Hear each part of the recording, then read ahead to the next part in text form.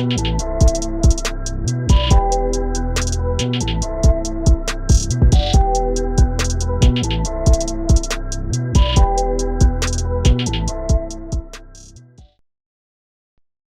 what's good? Top of the top, episode 237, Stash House Podcast. Your boy Tyler checking in. First time listeners, thank y'all for tuning in. If you tune in weekly, salute. And this is just an episode, so some topics you may want to hear about. Salute to you as well. Podcast available on all podcast streaming platforms, Apple Podcasts, Google Podcasts, Spotify, YouTube. Subscribe, leave comments, reviews, put your people on. All greatly, greatly appreciated. Hope everyone has had a safe December so far. This is my first episode in December. I haven't recorded in a couple weeks. Make sure you tune in. Check out me on social media, Stash House Podcast, just in case I don't announce anything on the podcast for episode breaks or whatever. I will drop next week as well, but I will not have an episode January 2nd. I'll be back January 9th. So just give y'all a heads up on that. So y'all get an episode this week. Next week, first Tuesday in January, I will not be dropping, and I will be back January 9th. So I just want to give y'all a heads up this go around. But yeah, like I said, hope everyone getting prepared for the holidays, 2024 around the corner. Get everything you need to get situated before then. And yeah, just big blessings, you know what I'm saying, positive energy sending out everybody. Hope everyone been safe, keeping it cordial, not spending too much money on Christmas shopping, but y'all know how that goes. But yeah, all around, like I said before, hope everyone stays safe. Have a safe New Year's. Thank y'all for tuning in to this podcast throughout the year. I'm going to get this out the way now because next week's episode, I'm coming in hot. I haven't talked about college football since the top four was released. I got a lot to talk about with that, a lot to talk about with Ohio State and the transfer portal. So next week, I'm coming in hot. So I wanted to just give y'all thanks, appreciation for tuning into this podcast throughout the year. A lot more in store for 2024, and I hope y'all stick around. I hope I'm doing a good job, at least keeping y'all entertained with just things that I enjoy in the world. Sports, music, some wrestling here and there, some Ohio State football. It is what it is. NFL, we got the Super Bowl coming up. We got the Royal Rumble coming up next year. A lot of things. Shout out to the Lakers. Shout out to the Lakers, won the in-season tournament. I saw a crazy stat saying, I forgot his name, but he's on the Laker bench, barely get any time in the game. The winnings from the in-season tournament, $500,000, that's like a 40% increase from what he normally gets. Like the last person on the depth chart type of money. So shout out to the Lakers. More work to do, obviously. I'm hearing things about a possible trade with D'Angelo Russell from the Lakers and Zach LaVine from the Bulls, something like that. I think I heard Lakers would probably give up draft picks, Hachimura, and D'Angelo Russell for Zach LaVine and who else. But we'll see how it goes. Me personally, I don't think the Lakers need to make any move right now. Just go with what we got. You know what I'm saying? Zach LaVine, we'll see how it goes. But, yeah, once again, thank y'all for tuning in. I'm about to go on the sports rant. But this week episode is the Best of Music 2023 episode. So just to give y'all some insight, if y'all never tuned in to one of my end of the year episodes, what I do is I talk about my favorite albums from hip hop, R&B, and who knows, maybe an Afrobeat, reggaeton, who knows what other type of albums I've been listening to throughout the year. But I'm not getting in detail with all of them. I'll give y'all a little, why I've been listening to it. It's no orders, no rankings, none of that. Just my personal 10 favorite albums I know I was listening to throughout the year, whether I revisit them a lot or just I can just put them on anytime, any day, any place, and be satisfied with what I hear. My personal, make sure y'all message me, at me, whatever. Let me know y'all favorite albums, what I need to check up on. I posted one on Facebook, and people like, yo, Don Tripp. And he been on my radar for years. Like, I've been hearing about him and Starlito. I just never tapped into him. Like, they came to the Currency concert last year and everything. So I definitely got to check out Don Tripp and Lito for real. I really been sleeping on them. Sometimes, as a person who do a podcast, you got to admit the people you've been sleeping on, who everybody been telling you to check out for years now. Not like no Jack Harlow situation. I'm still mad at y'all, too, by the way, about that. Yo, Tyler, check out Jack Harlow. I like this First Class. It's cool. Listen to the album. I ain't heard not one Jack Harlow song since. I've never listened to a Jack Harlow song ever again in life. But I will check out Don Tripp and Starlito, definitely. So let's get right into it. First, honorable mention. I'm starting with hip-hop first. Give y'all my honorable mentions, 2 albums that I really like. They just didn't crack my top 10. First, I got 2 Chainz, Lil Wayne, Welcome to Collie Grove. Concise album, love everything about it. 50 Cent narration was a great touch. I said it when it came out, 2 Chainz. I always let Wayne know he not coming here to play. You know what I'm saying? We can't do all that pussy. That's cool for a song or two, but when you with 2 Chainz, Wayne know I gotta come with it. And 2 Chainz bring out some of the best in Wayne. So shout out to 2 Chainz, shout out to Wayne. Very, very great project. Welcome to Collie Grove. Nas, Hit Boy, Magic 3. The last Nas Hit Boy collab album. They did 6 albums in 2 years. Shout out to Nas, shout out to Hit Boy. Great. Like I said, if you want to rank the Magics and the King Disease, you want to do a top 6, whatever, have at it. I'm not mad. Also, speaking of Hit Boy, I talked about his pops, too, throughout the year. Big Hit, who had came home and started making music with Hit Boy. He got his first album coming out soon. And what they doing, which I seen a few artists do, Rock Marcy, Alchemist, a few artists do this to where they say, yo, I'm dropping an album. You can personally purchase it from me on this website. And some people do it to where you can pay however much you want to pay. If you want to pay $5, $10, $20, $25, whatever. So that's like a direct-to-consumer type of way to get paid. Plus, me as a consumer knowing, yo, you getting this money off of me. Not no streaming cut, because they talked about that a lot this year, too. The streaming cuts, like, yo, these artists are not eating off Spotify. They getting money, of course, but if you're getting, like, billions of streams or whatever, I guess you're supposed to get paid a lot more. But I always say streaming numbers going to be streaming numbers. I understand that. But you don't see your real impact till you hit that road, till you get some merchandise going.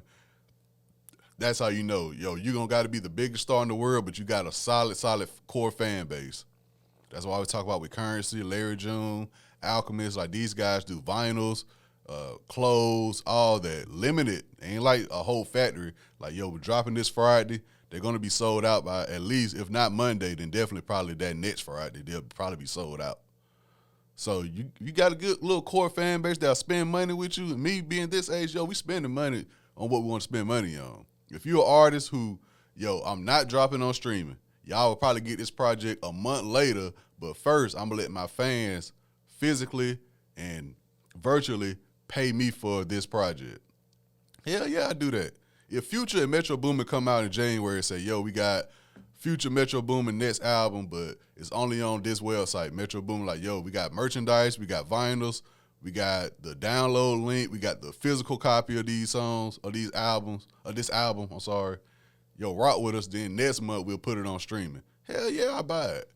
If you give me, like, Currency had a pack where you get all the Pilot Talk vinyls and different accessories and all that, but if you let me pick, yo, I'm going to probably get a physical CD copy of Future Metro Boomin. I want the download link, too, for my phone, and they got some good merchandise. I'll pay for the good merchandise. They got a damn lighter. I'll buy the lighter. Like, yeah, like, let me shop with my my artists. Like, wrestling got it perfect. WWE shop. Yo, if I want a vintage shirt, an NWO shirt, or whatever, let me go to shop. Boom, let me shop with them. Hell yeah. Hell yeah. So I respect, like, Westside Gun do it all the time. Yo, I got this line of shirts coming out, shop with me. So that's what I want more of. If I had to say what I want more of in 2024, outside of strictly the music, the way we receive the music as well. I would love to directly pay my artists for music like I do for their shows, like I do for their merchandise. Yo, if I'm just streaming your album constantly, I get it. But let me have that physical as well to know I paid my $10.99 or $15, whatever. You know what I'm saying? So, yeah, artists, just build that core. If you're an upcoming artist, listen to this podcast, build that core up. You know what I'm saying? That's the best way I can go moving forward, because that streaming, like, they was talking about that a lot, about the numbers and how much they get paid. And, I mean, if you see 1 billion streams, you do automatically think, like, damn, imagine if half of that actually paid for this album, how much. You know, it is what it is. But, yo, Nas, Hit Boy, Magic 3, and 2 Chainz, Lil Wayne, my honorable mention for hip-hop albums this year. So let's get to my top 10 favorite albums this year in hip-hop world. Like I said, there's no order, no ranking, just albums I personally listen to throughout the year. First, Less, L.E. Dollar Sign from Houston, Texas. Bigger in Texas album. Going back to what I said, straight to consumer. Les is another artist who does this. I got these vinyls on sale. Actually, in Houston, he been posting on Instagram. He's about to open up his third clothing brand store.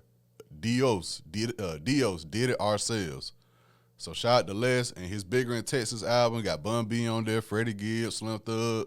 The usual suspects for a Les project. Solid project. Very, very solid. Shout out to Les, and he's been consistent for a long time. He's one of those guys, like, he found his core fan base. And like Slim Thug said, I saw an interview Slim Thug did with the Earn Your Leisure guys. He was like, when you an artist in Texas, you can really just eat off of Texas alone. You really don't got to go to Atlanta, L.A., New York. He like, Texas alone, Dallas, Houston, San Antonio, El Paso. You eating off of Texas alone. So that's why those guys are so independent based. Because they like, yo, we really don't even got to leave our state to get paid well. We can do shows, do collabs, all that. So shout out to Les, L.E. Dollar Sign, Houston, Texas. The album Bigger in Texas. Highly recommend you check that out. Next up, I got 38 Special and Conway, Special Machinery. If you into that Griselda music, of course with Conway, 38 Special, he link up a lot with Benny as well. This is right up your alley. Me personally, in terms of the Griselda sound or artists attached to Griselda, this 38 Special and Conway album, that's probably the top album I got in that lane this year. Honestly, in that lane. From the Alchemist projects and everything. But this 38 Special and Conway, yeah, it delivered. That's the best. It delivered. So highly recommend y'all check that out. Next up, I got Babyface Ray, Summer's Mine. Consistent. Babyface Ray, his ear for beats, I think, will get a lot more attention next year. He's been on a lot more features within the past couple of years as well. He got his guy V's, who had probably one of the best albums as well, the Ganger album. Y'all check that Ganger, that V's out too. I said V's is like the Detroit ODB type of thing. Like when his album came out, I was like, yo, V's remind me, that whole Detroit movement that been going on, V's is like the ODB in a very, very good way. I'm not saying that. It's like it's a very, very good way I'm saying it. But, yeah, check out V's. Highly recommend y'all check out V's. But Babyface Ray, Summer's Mine, All-Star Team. Been having that song on repeat a lot this year. Check it out. Young Nudie, Gumbo. Nudie caught one this year with the song with 21 Savage. Then they had Sexy Red and Lotto get on the remix for it. But Nudie, that Gumbo project, that song was like last on my list on that album. Like that album, Nudie constantly, man, when it comes to song titles named after food or drinks or whatever, that's how you know Nudie got a banger. And that's what he did with this Gumbo. He took that perception of people always say the songs that I got that's named after food, my hardest songs. So they just let me make an album full of songs named after food, so all the songs will be hard. So shout out to Nudie. And Nudie, one of those artists, he stay in his own lane. He don't really like the spotlight. He just, when he pop out, you know you're getting a good, solid Nudie project. So shout out to Young Nudie. Check out that Gumbo project. Next up, Valley and Harry Fraud, Virtuoso. Shout out my boy AJ. He put me onto this early, right when it came out. And I told him, I said, yo, it's a solid project. Because he said he like a few songs on there, but he let me, I remember the Twister song I heard he played, the Action Bronson song, the 03 Greedo song, and I was like, yo, let me check this out. And then I listened to the full project. Yeah, solid. Another one of those Harry Fraud production type of projects, but the Valley guy, I just prefer him on the Harry Fraud type of beats. You know what I'm saying? I tried to listen to some of his other stuff, and I'm like, yeah, let me just hear you with Harry Fraud, a producer who I know going to give you some heat. So check it out, though. It's a Harry Fraud type production, Virtuoso with Valley. Next up, I got Mike, Wiki, and Alchemist. Faith is a Rock. I'm going to talk about Alchemist more later on, but this is another solid one. For my backpackers, underground, whatever you want to call it, boom bap type of guys. This is, and women, you know what I'm saying? Some women be up on this type of music as well. This right up our alley. I got put on the mic and Wiki through this album with Alchemist. I love how Alchemist do that. He always put people who not on my radar on his project, you know, just attach his name to it. Like, yo, check this out over here. I produced for these guys. Y'all check it out. And you like, well, if they got the Alchemist stamp, they got to be about something. So that's where I got on with Mike and Wiki with this project, Faith is a Rock. Highly check it out. Navy Blue, Ways of Knowing. I also got to know him through an Alchemist project as well. And like I said, when you got the Alchemist stamp, that means something. That means something. Alchemist just posted, yo, y'all check out Navy Blue. You know, he was on my album with Earl Sweatshirt, but he dropped the album. Y'all check it out. And I checked it out. Navy Blue, Ways of Knowing, stayed in my rotation throughout the year. He came out early this year, too. Not on no August, September. This came out like maybe February or March. And it stayed in my rotation throughout the year, so check it out. Navy Blue, Ways of Knowing. Once again, I normally don't do this with my favorite albums. I don't try to put the same name twice. But damn it, Larry June and Alchemist, The Great Escape. This came out when I was in L.A. for WrestleMania weekend. This is my third, easily my top 3 favorite albums this year. Like I said, there's no ranking, no order, but Larry June is my top 3. And the 2 after that are in my top 3. So the albums I named already, those are 10 through 4. But this Larry June Alchemist, that's when my top 3 come into play. One day, Larry June Alchemist might be my favorite of the year. The next month, the next album. The next month, the next album. But Larry June Alchemist came out when I was in L.A. for WrestleMania.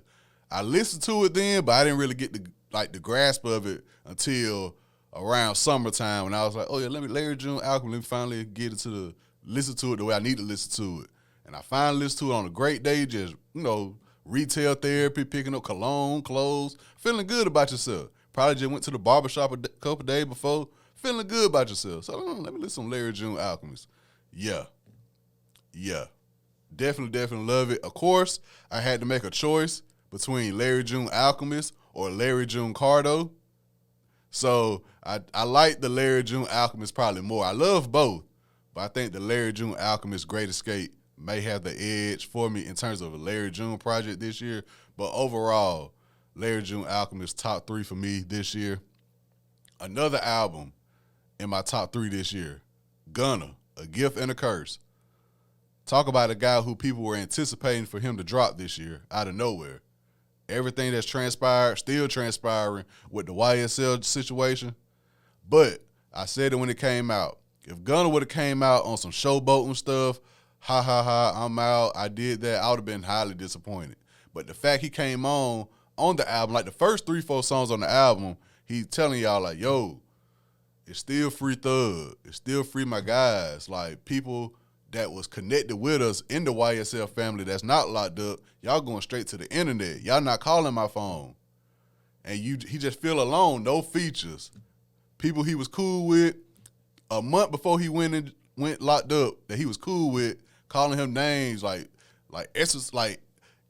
exiling him from the industry, like nobody rocking with him. Turbo stayed with him, his producer, Weezy not around. It was tough to see when it came out, like, damn, no features. Okay, Turbo still there. That's your sound. That's your sound right there. You don't really gotta. I understand you miss Weezy and everybody else, but you got Turbo. You got your guy riding with you. And it showed improve on this album. But a lot more still to be determined with the YSL case. But Gunna album, all the people that was talking about him, his album was way better than. Or was better than their last album or whatever. It ain't like he just folded under pressure. Gunna got one of the best albums of the year. I don't care what y'all call it. If y'all got something to say about me saying Gunna album one of the best albums of the year, you make an album. It don't even got to be 12 songs. Give me 5 songs, but 3 in a row got to be better than Cash Shit, Fuck You Mean, and Rodeo Drive. That three song stretch was the summer. And don't let me count Bottom after Rodeo Drive. Don't let me say P Angels after Bottom. That's a strong 5-song run. So until y'all can make better music, y'all can call that man all y'all want, but that man is providing probably some of the best music in his career, depending on who you want to ask. Like I said, this wasn't the time for the drip music. This wasn't time for all that. He got verses and lyrics in there about that, but the gist of it was, yo, like, damn, nobody gonna call my phone. Y'all don't want to hear my side? Like, I just got out, y'all calling me names. Thug hasn't said anything yet. So Gunna, A Gift and a Curse, personally in my top 3. Also, you got Gunna, A Gift and a Curse, and this album came out the same exact day as Gunna album. The same exact day. Killer Mike, Michael album. Killer Mike whole gist. All the interviews Killer Mike was saying about this album. This the album that's going to get me out of the, oh, he's underrated. When Killer Mike name came up, yo, what you think about Killer Mike? Oh, yeah, Burke can spit. Like, they just say it just to say it. I always been on more of the Killer Mike side of, I love his interviews. I love what, you know what I'm saying? But this Michael album going to put everybody on notice. If it hasn't already been on notice before this. Came out the same exact day as Gunna album. Killer Mike and Gunna had a point to prove June 16th. They both dropped the same day and both delivered. And both have stayed in my rotation throughout the year. Shout out to Killer Mike, the features, the currency, Cash Page, and 2 Chainz song, Spaceships, one of my favorite songs of the year. Enrich with Black, great song. And Killer Mike, like I said, if you don't listen to his music, you just watch his interviews, you be like, man, I got to check out this album. I watched his Breakfast Club interview before I listened to the album. I was going to listen to the album regardless because I saw the features. But when I saw, I like, what mind frame he in on this album? He just putting it out just to put out. And he was like, nah, this is the album that's going to get me out of the underrated conversation. So shout out to Killer Mike. Michael, he delivered. Overall, in terms of hip-hop, what I like to listen to, of course, there's other albums I like, but like I said, these are the ones I know I personally listen to throughout the year a lot. But overall, it was a pretty solid year for me. Some people I wish would have came a little bit better, a little bit harder, but it is what it is. But I think more in terms of straight to consumer base, that's what I was more into this year rather than, or is this song good or not? This, I'm thinking of, damn, I would really like to pay Nas and Hit Boy for Magic 3, being this they last collab out of their series. I'm thinking, damn, I wish I would have got the Alchemist, Larry June stuff quicker when they were selling stuff. But like I said, they should sell out quick. That's another thing. A lot of people's stuff sell out very quick. It's hard to even get it. But it is what it is. In terms of MVPs in the hip-hop world, I got to go Alchemist first. From everything, just the way he moved. I aspire to move like Alchemist one day. If y'all really want to know my end goal as a human being, I would just love to move like Alchemist. He'll pop up, yo, I got a kid. Next move, oh, me and Larry June. Oh, yo, I got these guys over here, Mike Wiki. I produced their whole album. Check it out. And just going off your word, I'm going to check it out because your word is valid. Yo, we got a tour in the United States. Y'all pull up. After the United States. Yo, overseas, we pulling up. Amsterdam. Beat me at the coffee shop. I aspire to move like Alchemist. From the long jackets to the white tees.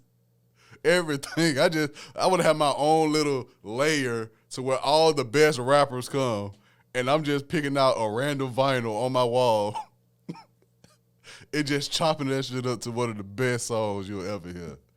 And have some of the best rappers rap on it. I aspire to be Alchemist. Man. But he's one of my MVPs this year. I got Larry June up there as well. I got 2 Chainz. 2 Chainz opened up a strip club in Atlanta, Candyland. I ain't talked about that. See, growth. Normally I would have came in, 2 Chainz got a new strip club. I'm about to go see what it's looking like. Eventually I will go see what it's looking like, but y'all never know. But shout out to 2 Chainz. Welcome to Collie Grove as well. I'm ready for another 2 Chainz solo album. Shout out to 2 Chainz. You got to respect what he does. Who else? Well, the other one is in R&B world. But yeah, 2 Chainz, Larry June, and Alchemist had one of my favorite verses as well. Verses, I'll say of the year for me, Alchemist on Midnight Oil. I got 2 Chainz still on the Currency Jermaine Dupri album. I got the Money Man contributions verse as well. I want to say I got Lucky from the V's album, Broke Phone. That's one of my favorite verses. And what else? Another verse. I want to have 5. I wasn't even thinking about verse of the year. I want to have 5 though. I guess I'll probably say one of the Drake verses on the second part of Scary Hour. The Scary Hours 3, one of those songs probably, if I had to guess. What the song Drake did on Scary Hours 3 where he was like, yo man, not even the first string. He not even the first string player. He just out there throwing the ball. Something like that he said. One of those songs on Scary Hours 3, I really like that verse. So, yeah, those are my verses of the year for hip-hop. Those are my MVPs of the year for hip-hop and my albums of the year. So now, let's check into the R&B world.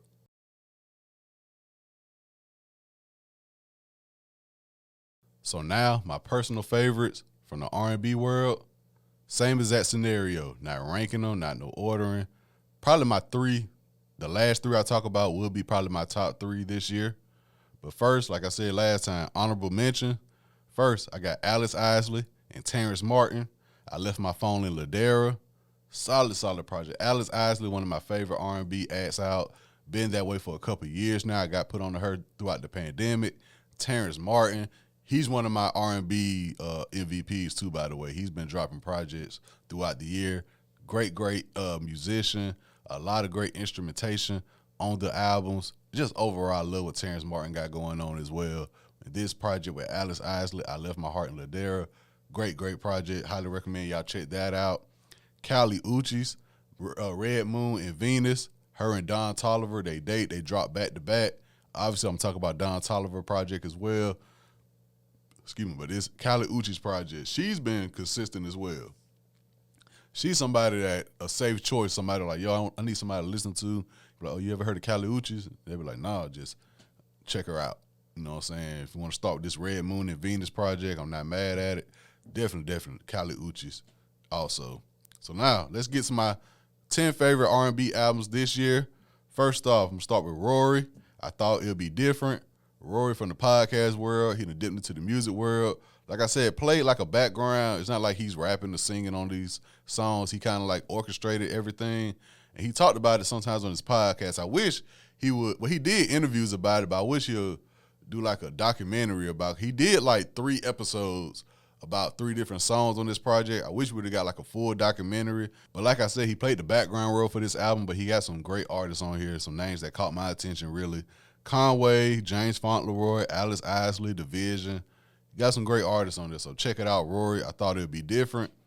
Also, who's on this album as well, another one of my favorites, the group They got a project, New Moon, Riptide song, one of my favorites of the year. Very low-key group in the R&B world. If you want to tap in, they had an album, come out in 2020 called The Amanda Tape. Highly recommend y'all check that album out if y'all haven't already. Next up, the next 3 acts, some guys who've been creeping up in the R&B world as of late. First, I got Kenyon Dixon, the R&B You Love project. The name speaks for itself. It's what you want to hear when you hear R&B. It's what you want to hear when you think of R&B in 2023. Kenyon Dixon, the R&B You Love. Next up, Raheem, But If I'm Honest, Outside Freestyle, one of my favorite songs of the year. He's been doing some work for the past couple years. One of my top guys in the R&B world right now, who I think is going to have a great career if he just keep producing great albums, Fabo.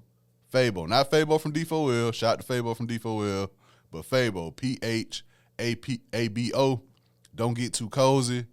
Great project. Also, his Soul Aquarius project that came out a couple years ago. Definitely recommend y'all check that out as well.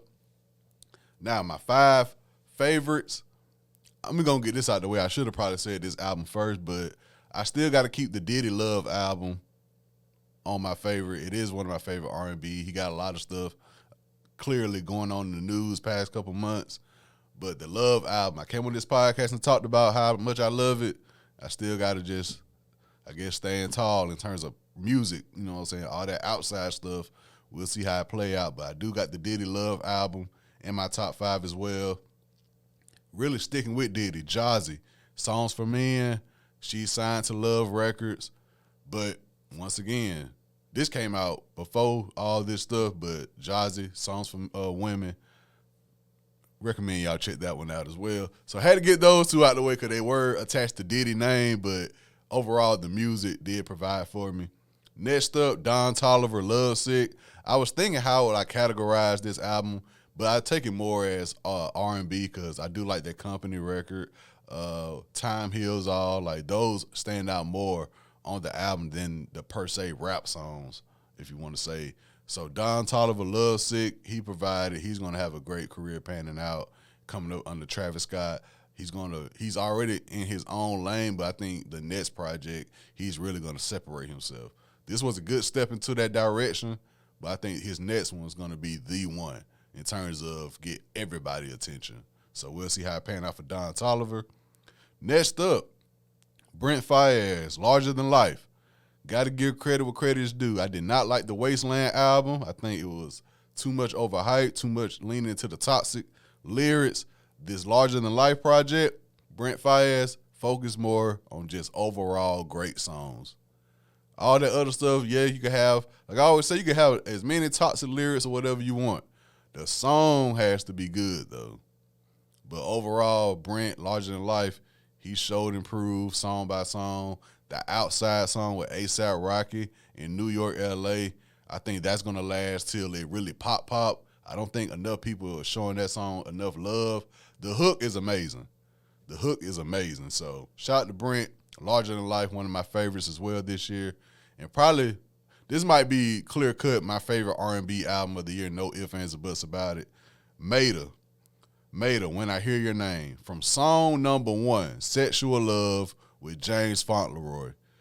Just that's probably the best intro of the year, R&B and hip-hop. Mater, James Fauntleroy, Sexual Love.